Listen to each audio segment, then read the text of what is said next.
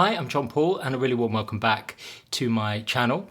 What I'm going to talk about today, somebody's asked me to do a video on burnout. So I'm going to talk about what I believe burnout is and why we might experience it as human beings, and then go on to talk about how we might move through it as well.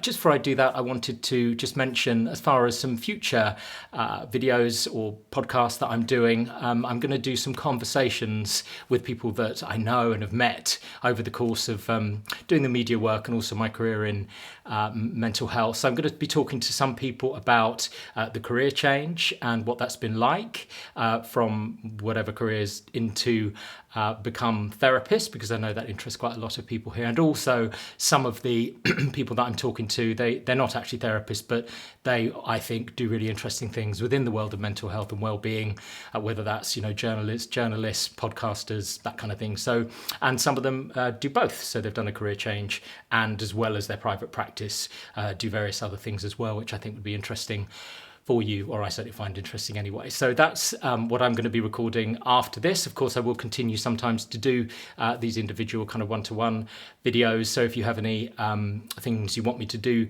those on, then just let me know. Okay, so as far as burnout, what is it?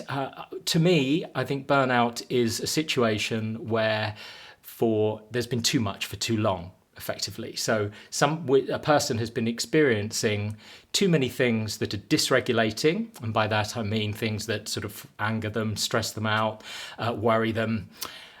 Too many things that have been dysregulating and not enough things that have been regulating for them. So generally those things that bring us kind of relaxation, reward, and I will come on to the reward type things, a sort of short-term reward and the problems that can come with that actually. But primarily, as I say, there's been too much dysregulation of the person for too long, and not enough things that they love and that make them feel good, whether that's as far as kind of how they think, what they do behaviourally, what things are like in relationship with other people, what they're doing at work. I mean, burnout is often used in the context, of course, of work, burnout from work in high-pressured environments. Actually, when somebody is experiencing burnout, it will be in life generally, and it's always understandable why we look to work as to the reason for it often, because most people spend most of their time at work, so it's a very important factor often in burnout for someone. But as well as that, and I'll come on to it, you kind of need to look life-wide, I think, as well, if you're in a kind of burnout situation, or to avoid burnout, or to move through it, if that's what you're experiencing. So I think for too long there's been sort of too much dysregulation, as I say, not enough regulation. And what that does for human beings is to put us out of balance, effectively. Therefore, we're either overly aroused often, and I've talked about this in other videos, or under-aroused.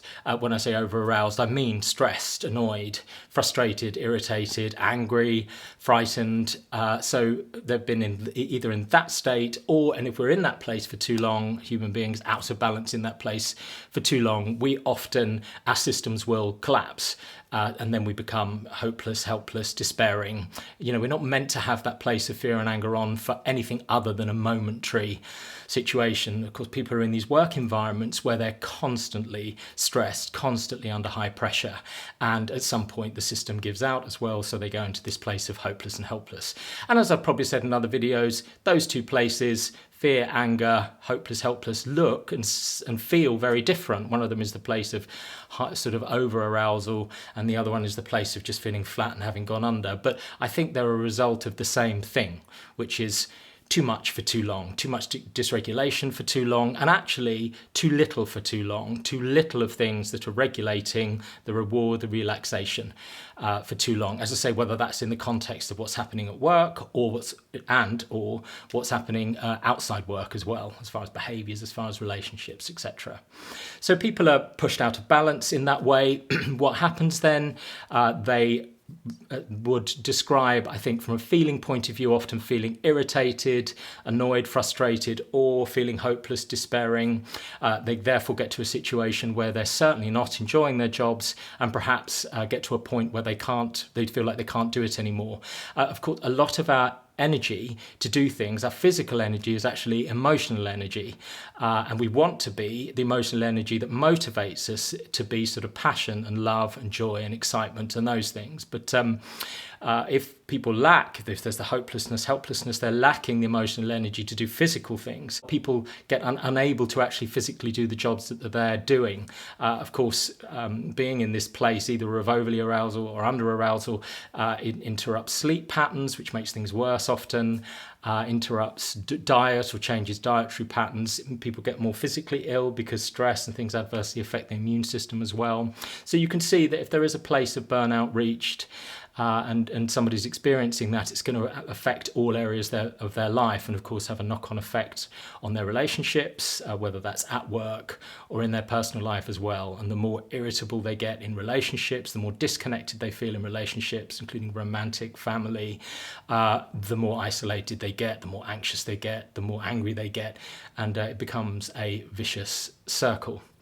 So what I'm going to talk about, obviously, is ways to certainly avoid it, or if you are experiencing it, how to move through it. Two, a way which human beings understandably will often use to try and change our state if we're angry a lot or fearful or stressed a lot, or if we are have gone under and feeling despairing and that things are hopeless. We'll often bring in behaviours and substances to do that, which at least in the short term will change our state, and it's understandable that we do that, sort of bring us back into balance, as I say.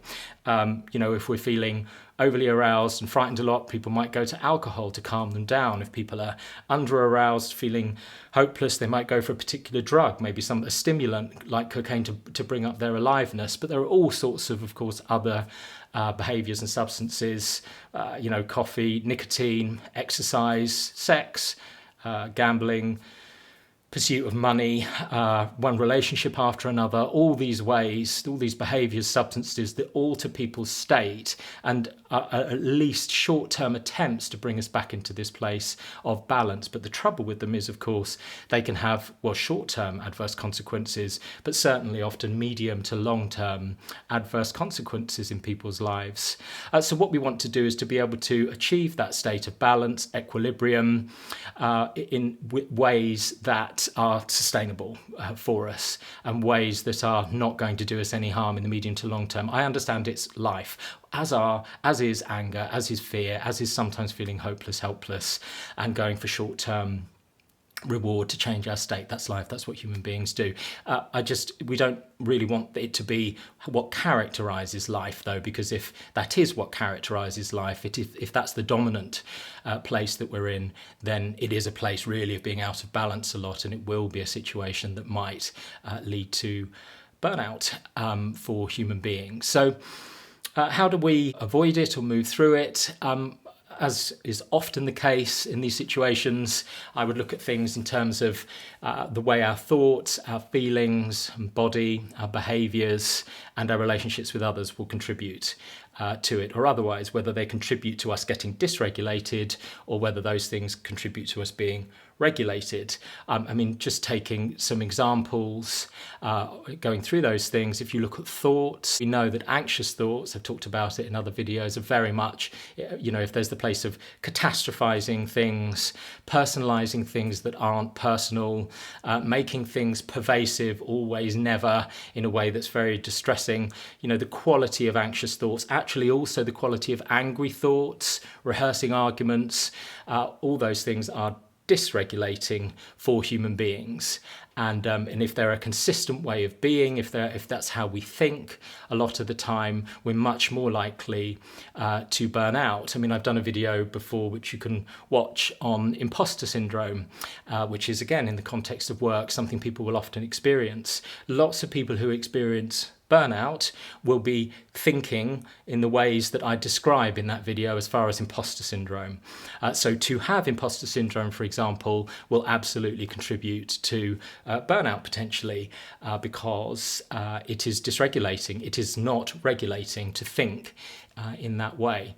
And I do in that video as well give lots of examples, or some examples, as to how to shift that state and to regulate ourselves and to really ground our worth and value so that we don't feel like imposters at work, and that, as I say, we have a grounded sense of our worth and our value and our competencies and our talents. And if we carry that around with us and have internalized that and really internalize our success, we are, as far as our thoughts, much less likely to burn out. And if we have burnt out, going through a process of really grounding that however we do it, whether that's through therapy, to turn down dysregulation and turn up that place of regulation. So that's just some ideas on thoughts. I mean, as with all of these, my book, Finding a Balanced Connection, and also the course that is available on my website, Life Unlimited, they all go into much more detail with various different exercises to do these things, actually, to make sure that we're less dysregulated and more regulated in life. I mean, you could frame it in all sorts of ways, what I describe in the book, but that's one of those ways. So in terms of burnout, the things described in my book and also on the course will, I think, help to avoid it, and also help if you're experiencing it to move through it as well. So thoughts, feelings and the body, as I've explained in other videos, I think there's a very significant overlap between the two of them.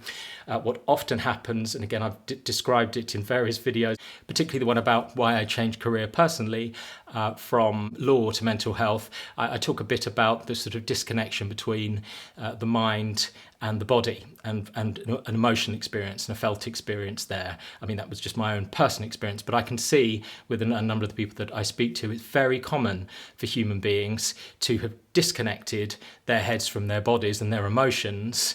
So there's, as I say, a real overlap between emotions and feelings and the body here, but very much to get through childhood, probably to get through school and difficult experiences, we get used to often separating our heads from our bodies. So the signals that we would get from our bodies, from our emotions growing up, perhaps at school, perhaps in our home environment, both, might tell us to get out, might say they might be about fear and hurt and anger, and therefore tell us to remove ourselves from the situation, which really, certainly as very young people, is not possible because we wouldn't survive. And then going through school, there's so much pressure to stay in the environment that, again, we often, human beings, are having to disconnect our heads from our bodies, not take the messages of our body, and just be led by what we should do, what we ought to do, what other people tell us we need to do. Other people give us those values and the things that are important to us. And all of that means that we get very led by up here, and often this connection between the head and the body gets lost, between the head and our emotions gets lost. I say the overlap between emotions and the body because emotions are felt in the body. If I ask people where they feel love, generally people will tell me in the body where they feel it. Same with anger, same with fear, grief, those sorts of things. So very understandable that human beings disconnect, but certainly what that can lead to, because we don't really know what we're feeling from one moment to the next, or disregard it and go on despite it because that's what we're used to, you can see how that's really going to set up a situation of burnout, because perhaps we don't even know we're dysregulated. Perhaps we don't know what regulates us, what we get a reward from, what relaxes us, what we enjoy. We're led all the time by this, what we should do, what we ought to do. And again, I'm not in any way diminishing, and I have said that in other videos as well, the power of thoughts and the brain and the cognitive function. We just need them to be working together. We need our thoughts to be working with our body and what we feel, not in conflict or this dominating at the expense of our felt experience of things. So I'll say a bit more about feelings in a minute and emotions when I'm talking about boundaries as well, which are very important for avoiding burnout, of course. And then just talking about behaviours. Behaviours will either dysregulate us or regulate us. Everything we see, hear, touch, taste, smell, every time we're around people, every activity that we do is going to be doing one or the other. It's releasing a chemical, something that's either going to make us feel good generally, perhaps somewhere neutral, or is going to be making us feel stressed or anxious or excited. So being really conscious all the time about the behaviours that we're engaging in and the impact, again, that they're having on us, having on our bodies, having on our emotions, and of course having on our thoughts. Behaviourally, watch media and social media, I would say. For some people, social media is this amazing way to connect with other people, incredibly regulating. They would never have met not that they necessarily have met them, but been in contact with the people that they have there in any other way, and that can, change people's lives in a very positive way. There are plenty of other people who find social media, the sort of comparisons that it encourages. They worry, they find things that anger them consistently, and that's part of life, isn't it? There are things out there that worry us, and there are things out there that anger us. To have a safety part of us, which is picking up on things to be frightened of, which is getting angry about things, is life, is part of human. It can be it's very valuable to have a safety part that's alert to that and looking out. We just don't want it, I don't think, to be something that's consistently dominant in our lives and getting consistently dysregulated. So look at the effect that social media is having. Of course, you can, control what's coming in on social media, control the inputs that are coming in, what you're seeing and hearing. Again, the media, very, very importantly there, most of the news, as we all know, is bad news. A lot of people are therefore switching off. That's coming through a lot in studies now. They're watching it a lot less because people are very conscious of it.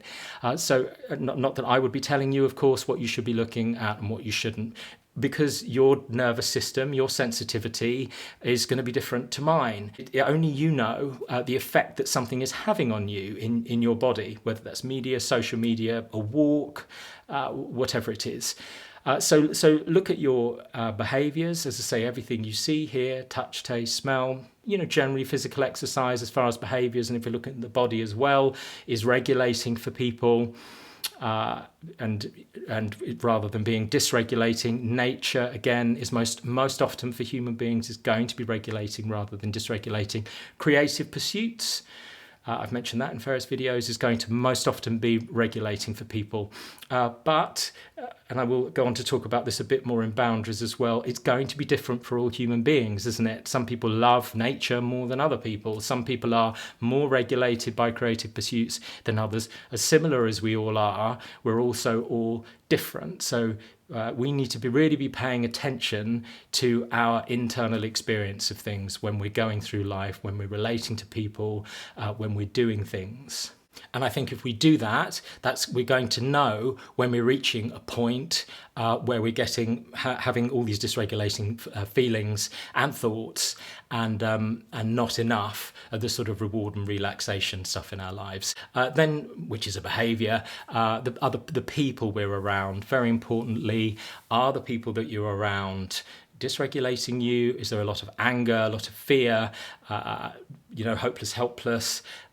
Around when we're talking, of course, it is a part of life that all human beings experience those things. So that's going to be part of every relationship and within every relationship. And it's very important that everybody is able to bring the full range of their experience into relationship with other people. But if on an ongoing basis, it's the dominant part of your interrelationships with other people. So if you're always getting angry with other people who are always getting angry about whatever's happening in the world, you're always feeling fearful along with other people, I think it's your choice, of course, different levels of sensitivity and tolerance, again, with human beings, but you can see that's going to lead to being in relationship, getting probably dysregulated by relationship more often than not, rather than being regulated by it. So again, it's just always paying attention to those things and just drawing a few points out from that. As I say, lots more examples of body behaviour, comments about, relationships with others in my book, but just drawing a few other points out here in order to know what you feel, in order to know what your thoughts are like, so as to avoid burnout. And certainly, as I say, if you're in a situation of burnout, how to move through it. We really need to have that observing part of self that's looking inside, noticing what's happening. We really need to have that part very well developed and getting a lot of energy. And it often does not get a lot of energy throughout people's life. Often what happens as we're growing up is we're told to listen to other people and what's going on around us, and often to please other people. That's the thing that's necessary for our survival and often our success. So that ability, that part of our brain being that looks inside and looks at what we're feeling and makes that important and will change our behaviour potentially based on it, that often doesn't get the energy for people. So that, again, that observing part, not observing what's happening out here necessarily, that's often very much there. there for most people, even a hypervigilance to what's going on around them and other people's wants and needs. But what we really need, I mean, that's helpful, but what we really need as well is that capacity to look inwards, to notice what we're thinking at any point in time, so we can say, oh, I can see that I'm rehearsing an argument there. Do I really need to do that? Can I choose to think about something that's perhaps more creative, or imagining something I want from the future, or bringing forward a fond memory that's going to make me feel good? So yes, that observing part really needs to have more energy, I think, for doing all this, as I say, to notice what we think, to notice what we're feeling, what's happening in our bodies, to be noticing whilst we're listening to somebody else and they're talking to us, the effect that they're having on us. And I think if we do that observing part's there, and then we make choices and decisions internally based on the information that's coming from that part, we will, over time, I think, avoid a burnout situation. And if we, as I say, are in that situation, really start to move through it if we do that. To grow that observing part, certainly therapy is something. I think that's one of the things that it does, one of the important things that it does or can do. But mindfulness, meditation, all those things that are turning attention inwards, body scans, noticing what you see, hear, touch, taste, turning attention to the body, the sort of in the moment internal experience, anything that's doing that, even podcasts which are looking at self-awareness and us examining and reflecting on what we're doing and what's happening in life, I think can be very valuable there as well. So that's developing the observing part of self. The other thing I wanted to say, of course, in order to put in the kind of self-care that we need in order to avoid burnout and move through burnout, we need the observing part. We also are going to need to put in boundaries. Very important, talked about a lot at the moment. There is a video that's one of the videos from my course that I've put on for free on this YouTube channel, and also therefore the podcast, which talks all about boundaries, examples of them, how to put them in, and also talks, because the other important thing there is, of course, communication. Some boundaries are about what we want to do internally, what's okay for us internally. A lot of them will be about relationships with others and how we put boundaries in with others and where we put them. And that requires often communication. Often what people have learnt to do is try and put in boundaries with their behaviour rather than explicitly communicating something, only because it wasn't possible to explicitly communicate it and it wasn't modelled as they were growing up. Boundaries are very important for burnout, for avoiding burnout, saying no to things. That would be therefore avoiding things that are dysregulating, but also making sure that we're saying yes and trying to move forward towards things which we love and enjoy doing. Boundaries are important, communication is very important, and that video about boundaries also talks about communication and gives some advice on that too, because often, a lot of the time, if we're going into corporate environments, high stress environments, what we might do is expect our external environment to put the boundaries in for us. Certainly as we're growing up, we're very used to that. It's other people that tell us where the boundaries should be, what we should do, what we shouldn't do. We have these brains that are absolutely programmed to be imprinted on as we grow up by others. We're very much programmed to be outward in, for other people to tell us what our values are, what our boundaries are. And they may be very similar, to who we are. They may be congruent, the things that are coming in from outside with who we are, or they may not in important ways. So relying on other people, generally in life, to tell us what boundaries are, could lead us to problems. Certainly if you're looking in a work environment, to expect other people to be deciding what's good for you or not, I don't mean this in any critical way, could lead us into problems and could lead us into burnout. Even with the best intentions with other people, they may be very similar to you personality-wise. The thing is, they are not you. Other people are not us. So, of course, there are similarities between human beings, but what somebody loves, what relaxes some person, what gives them enjoyment can be very different to what relaxes and gives another person enjoyment. So I don't think we want to, within a work environment, for example, but probably also in life generally, be giving over the power to, whether that's HR or a boss or whoever, to decide where our boundaries should be. I think the primary thing there is we're taking the messages from ourselves, from our brains, from our bodies, from our feelings, and then, to the extent necessary, once we've thought about it, communicating that and putting boundaries in, as I say, whether that's what days we'll work in the office, how long we'll work. And nobody's expecting corporate environments to constellate around my emotions, and there will of course be some degree of compromise often. The thing is, if we haven't communicated something, if we don't even know what's regulating or dysregulating us, it is going to be very difficult for a company to take care of us. And again, I'm not taking away responsibility from corporate environments there. If we communicate that we're struggling and in distress, I think it's their responsibility to help us with that and to collaborate, to move through it, and certainly not to set up toxic work environments and highly stressful, highly pressured work environments, which are likely to dysregulate and cause all human beings problems. But I do think the primary way that we know where our boundaries should be set, the primary way that we know what we want to go towards and do more of, and what to come away from and do less of, has to be what comes from us internally. As I've explained on the video in Banter, actually, we all have different windows of tolerances. We all have different levels of sensitivity to whatever's happening in life, and those change as well through life. If you're looking at menopause, bereavement,